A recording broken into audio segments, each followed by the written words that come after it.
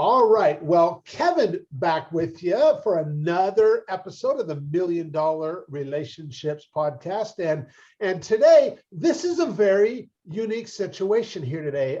First of all, Bob, let me welcome you and thank you for taking the time to do this interview today and have this conversation. I'm really excited for this. No, it's my pleasure. I'm excited as well, Kevin. Yeah, and I'll tell you, the way this came about, I had put a post up, I don't know, probably about a month ago on Facebook, talking about, because I was rereading your book, The Go-Giver. And I had my friend Bedros Keuilian had first given me a copy of that book, probably I love Bedros, yeah. Ago. And then I had got another copy of it probably about 6 years ago after I was part of this mastermind hosted by Joe Polish called Genius Network. Love Joe as well. Yeah. Small world, right? Bedros and Joe are two of my heroes, actually. Yeah. And so, yeah, my friend Dre had done a presentation in that group. And then afterwards, he had sent me a copy of that book as well. And when I went to grab it off the bookshelf that morning, I found this note in the book that Dre had written for me when he sent me a copy of that book. And so I was posting on Facebook and just kind of recalling, the friendship and the relationship I've had with Dre all these years and how rewarding that's been. And when I put that post up, another friend of mine, Paul Edwards, was one of the first guys to. Oh, Paul's such a great guy. He is. And he tagged you and he was like, hey, Paul, or hey, Bob, here's another guy talking about your book, and then a bunch of other people started chiming in and we're talking about, man, I love that book. I tell so many people about that book. And of course, then you came and you were just like so gracious and just so appreciative of everybody just saying great things about The Go-Giver. And I'll tell you, that book has had such a profound impact on my life and on my business over the years, and has really just kind of, and rereading it just recently, just, reminded me how much I have stepped into this role of just being a servant, being a helper for the people that I serve in my life. And so I want to thank you for that. And thank you. I appreciate you very much. And again, thanks to Paul and Dre and Bedros and Joe and all the kind people who all had something to do with us getting together on this directly and indirectly. Yeah. And I just, and I ended up reaching out to you after that. And I'm like, I say, Bob, I do this podcast. I would love to interview you. And you were like, well, let's do it, Kev. And so here we are. And so what I'd like to do is just kind of start for, to be able to set a little bit of context here first, is just have you share a little bit about who you are, who you serve, what motivates you to do what you do, and just give a little bit of context on who Bob Burg is. And we'll just kind of start there, Bob.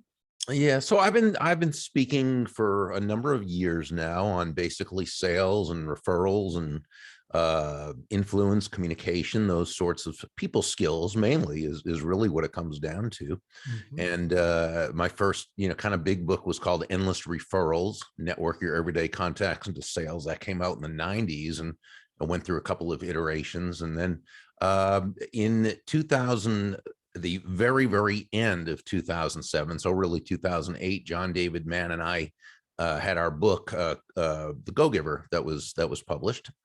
John was really the lead writer and storyteller. So, he's a great, I'm much more of a how-to speaker and author, whereas John's a wonderful, storyteller.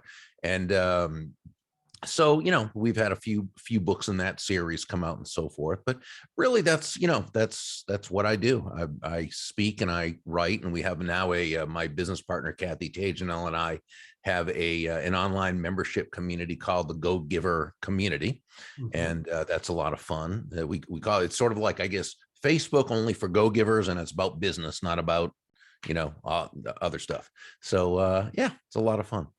Very cool. And so when I had reached out to you a month or so ago, you were actually traveling at the moment. You were at a speaking engagement, and so you do some of that too as well. And Still doing those. Yeah. Not as many. okay, As I get older, I had made a conscious decision to get off the road more. I never really enjoyed the traveling aspect.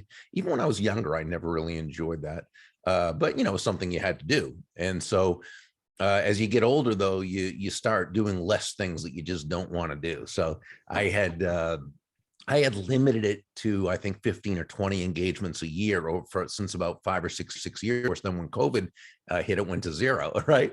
And but fortunately, there were a lot of what's the right word? Virtual speaking that you could do. And so that worked out fine on that part. It made me think, I think I just want to do virtual speaking and totally get off the road. But now, they're kind of back, and they're kind of over the just virtual things. So there's a lot more in person. I thought, I'll make the decision to do no more than 10 engagements a year where I have to get on a plane. But 10's good because it kind of still keeps me involved, and I'm not totally holed up in my home and so forth. And so that's good. And I'll do that for a couple of more years, and then I'll kind of continue to do less and less until it's zero. Yeah. And just do, but I would just rather do virtual keynotes, and the commute's great. You come right downstairs and and you wear shorts while you're wearing a decent shirt, and you're doing a keynote. That's right. Very good. Yeah. I prior to COVID, I was doing a good number of live events, as well as traveling to groups that I participated in, and it just kind of came to a screeching halt for a while. And it did, didn't it? And we ended up pivoting our business and went virtual with it. So a lot of people pivoted. And of course, this platform we're on right now, Zoom, they grew a little bit as a result. Yeah, they sure did. Oh, yeah. Well, okay. So now that we've kind of got a little bit of a context set here and stuff, let me reiterate the question for the benefit of the listeners. And we'll just kind of dig into this a little bit. So have you ever been introduced to a person that completely changed the course of your life or your business, so much so that much of what you have today would not be possible if not for this person?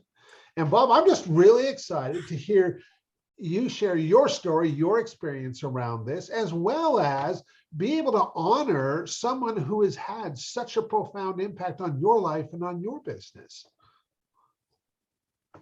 Well, I find it an interesting question, and I love the question.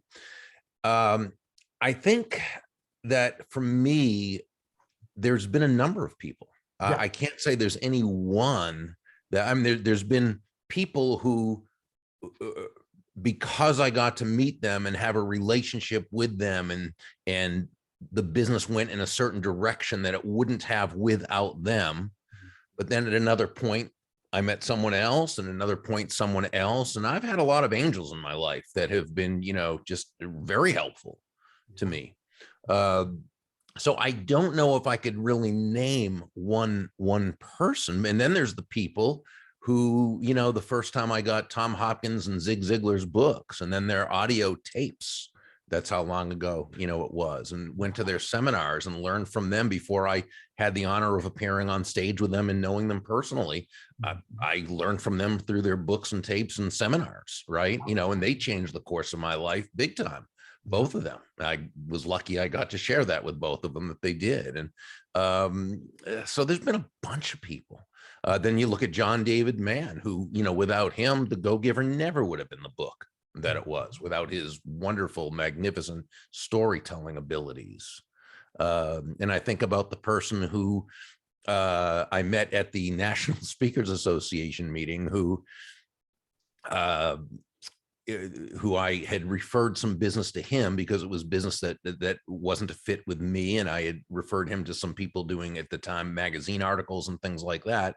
And I found out after that, and I was, became good friends with him and his wife and children. And I found out that when I was trying to get in the door to a client I was prospecting, right, but having no success, somebody told me, "Oh, do you know that they're one of his clients?" And I thought, I'm just going to ask them, not for a recommendation, because I didn't want to infringe upon his relationship with them, but just for some thoughts about who I might contact or how I would go about the process. And when I called him, he said, "Nonsense. I'll have my contact there call you." And the person did the next day, and it resulted in millions of dollars of business over the years. So, but those kinds of things are all, and then there's the people who a couple of speakers who lived about 45 minutes from me. And this is when I was first starting, who they let me just come to their office and just observe for days, and they asked nothing of me. And then there were the mentors like Bill Gove, who, one of the greatest speakers ever, right? And he was the co-founder of the National Speakers Association. And the time he told me that, when I told him I really had some difficulty with the idea that, customers or clients I'd work with, that I didn't feel they were always applying the information as they should. And I kind of took it personally when I felt they didn't. And he said, "Bob," he said, "remember, you're responsible to people, not for people. You're responsible to them to do your best, give them the information, be there for them, support them, know that, but you're not responsible for their ultimate decisions of what they're going to do with their life." Yeah. And that taught me right there, do the best you can, but don't be attached to the results. And it might be someone who's a sales prospect who, that you'd be the best fit for them and that you could help them immeasurably and provide immense value to them. But ultimately the decision is theirs. Yeah. And so you need to go about it without attachment, to the results. And that was from Bill. So, and then I think of the books of people I've read, whether it's Benjamin Franklin, or Booker T. Washington, or Orison Swett Martin, or people who, or Napoleon Hill and Dale Carnegie, and these people who provided me with information that changed the course of my life, or Dr. Maxwell Maltz, who wrote Psycho-Cybernetics. I just picked it up because I'm going through it again. And, that I read first in I think 1985. Wow. And Dr. Maltz was the person in his book. That's when I first came to understand that it's our self-image and it's the beliefs we hold about ourselves, which will determine, our potential success, and that you can never achieve greater success than your most limiting thoughts about yourself. And so, all these people, without them, I wouldn't have been anywhere near as, near where I am at this point of my life. Yeah.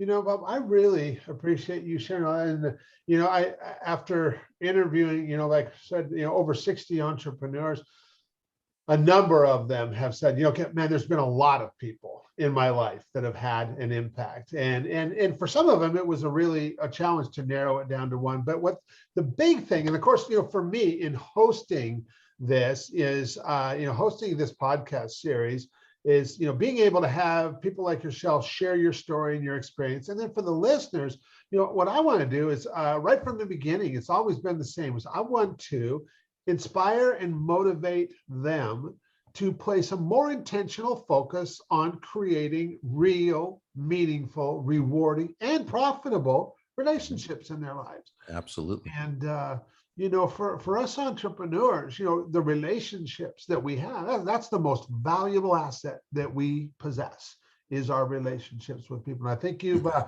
demonstrated that perfectly here today, Bob. Oh, thank you. Thank you. And really appreciate you sharing that. Like I said, of course, the Go Giver has had such a massive impact on my own life, and I know that's something that's been out for a while. But what are you working on right now? For anybody like listening to this and is like, man, Kev, this is really awesome interviewing Bob. And how can they find out more about what you're doing now? What are you working on now that excites you most, Bob? Oh, what's got me excited the most, and what I'm going to be doing for the rest of my life probably, is building that Go Giver community membership.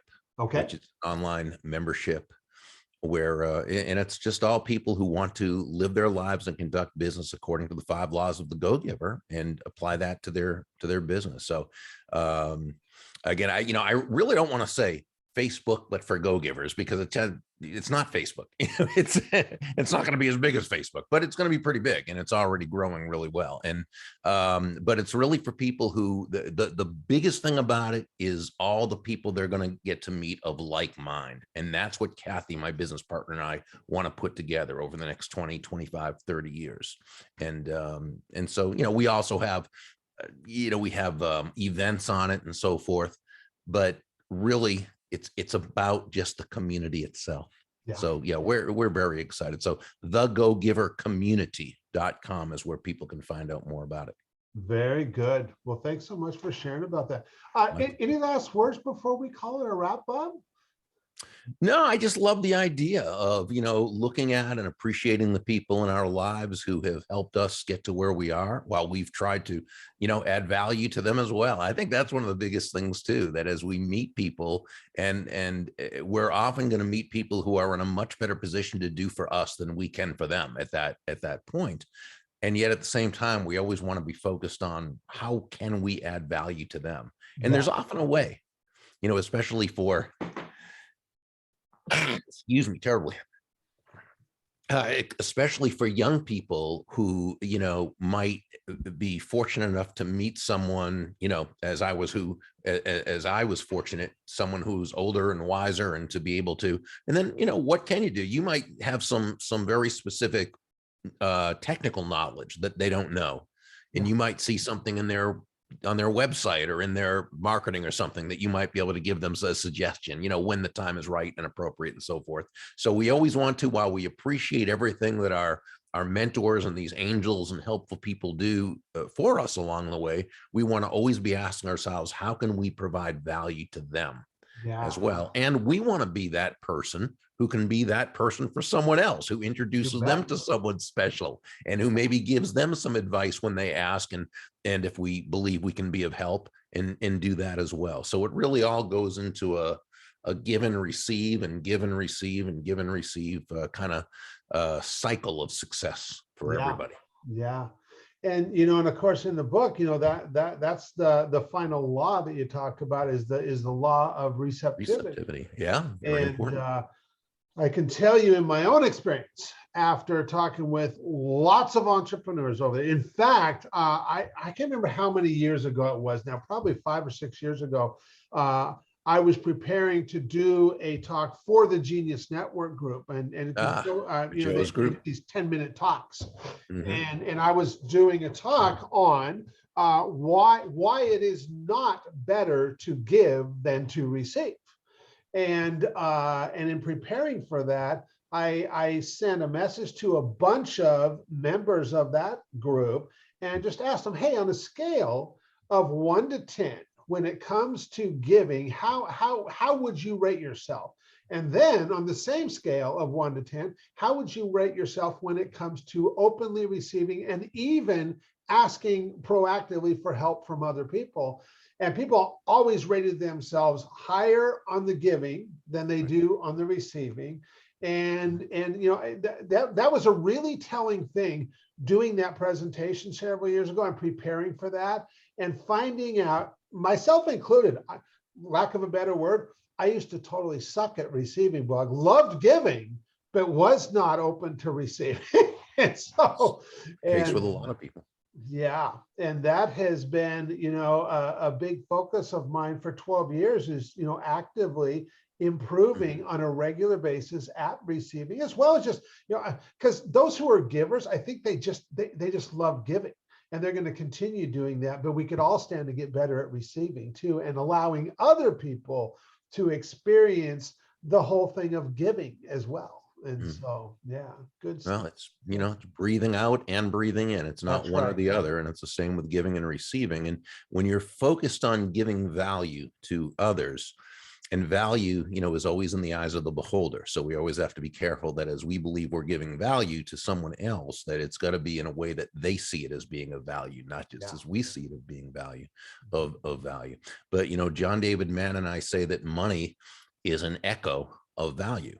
right? It's the thunder to values lightning, which means really nothing more than when your focus is on the giving, the money you receive, and whether it's money or kindness or friendship or love or whatever, is really the result of that, which the natural result of what you've given. So the focus is on the giving, but then we also have to be able to accept with gratitude the receiving. Breathe out and breathe in.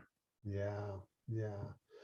Well, Bob, once again, I want to thank you for taking the time to have this conversation. I really appreciate it. It was just, and for me, being just such a fan of the book for so many years, it was great to be able to just, have a little time with you one-on-one. So thank you. Thank you, Kevin. It's my absolute pleasure. Thank you so much for having me. You bet.